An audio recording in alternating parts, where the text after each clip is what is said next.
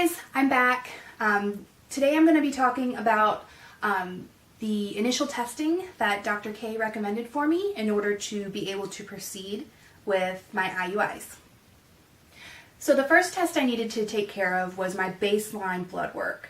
Now, I was able to squeeze this in, thankfully, on cycle day 25 of my cycle. So I was able to get in the progesterone test, blood draw test, which otherwise I would have had to wait to my next cycle. So luckily I was able to squeeze that in this cycle, as well as the 2-page long list of other blood tests that they needed to draw.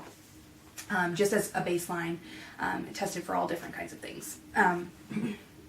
So I went into LabCorp, who is just, I guess they're a national company that does blood draws, urine samples, and that sort of thing. So I went into them and I had my blood drawn. The phlebotomist was so sweet.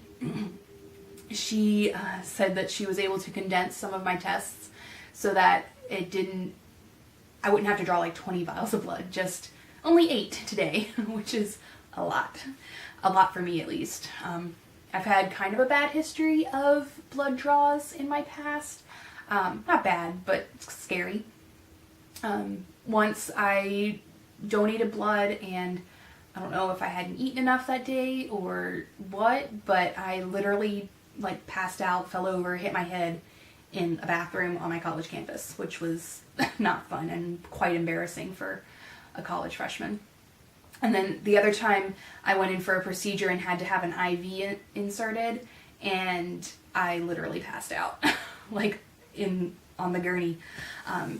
So that was, I've had bad experiences. So I told the phlebotomist this, and I said, I have a history of passing out with needles. And she said, well, I have a history of calling 911. So I just laughed and I said, oh, hopefully you won't have to do that. I said a little prayer asking Jesus to get me through this without passing out, drank a cup of water, and just tried to calm down. Luckily, this lady was so sweet. During the whole process, it took like 5 minutes, I guess, for all 8 vials of blood to be drawn. We ended up talking about green beans and the proper way to cook green beans because obviously some people don't do it right. They just saute them in olive oil, and that's not what you do. You cook them in bacon fat, butter, and a whole bunch of seasoning until they don't look like green beans anymore. That's how you cook green beans. Anyway, so I went through all that testing. She let me sit there for a few minutes after she was done and just kind of collect myself, drink some more water, and get through it. So it was good. I didn't pass out, and everything was a-okay. So then I had to wait for my next cycle to start, and when it did, I went ahead and called the fertility clinic, told them that I started, and I scheduled my cycle day 3 blood work and ultrasound for 2 days later. So I went in for that blood work. It's just 1 vial of blood that day, and for that test, I believe they were testing my estrogen level, my FSH. Oh, Sophie needs attention today, huh? Sophie needs attention. My FSH, which is your follicle stimulating hormone, and AMD level, I believe, which I don't know what that stands for, but I know it has something to do. Oh my goodness, you are spoiled rotten. It has something to do with your sex hormones. So they were just making sure the levels were good there. And then after my blood draw, I went in for the ultrasound, which is a transvaginal ultrasound. So it's internal.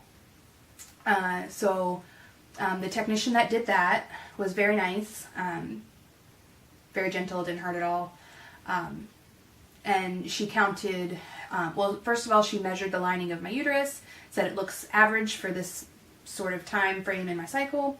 She also measured the size of my ovaries, which looked good. And then she counted my basal antral follicles. And I had 19 on my left ovary and 17 on my right. Now, that's a pretty high number. I don't know if it's high for my age or just high in general. But I think having anything over like 30 or 35 follicles could be a sign of having polycystic ovarian syndrome, which I've never been diagnosed with. I don't think I have any symptoms of that, so I don't think it's a concern. And I didn't hear anything different from my nurse or my doctor indicating that it was a concern. So I just kind of took that for what it was, said yay ovaries, and moved on. That afternoon, my nurse called me with results from my blood work, which I love my nurse. She is just great.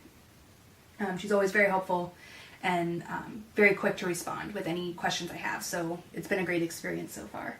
Anyway, she called me back that afternoon, and she said all of my blood work came back within normal testing limits except for two things.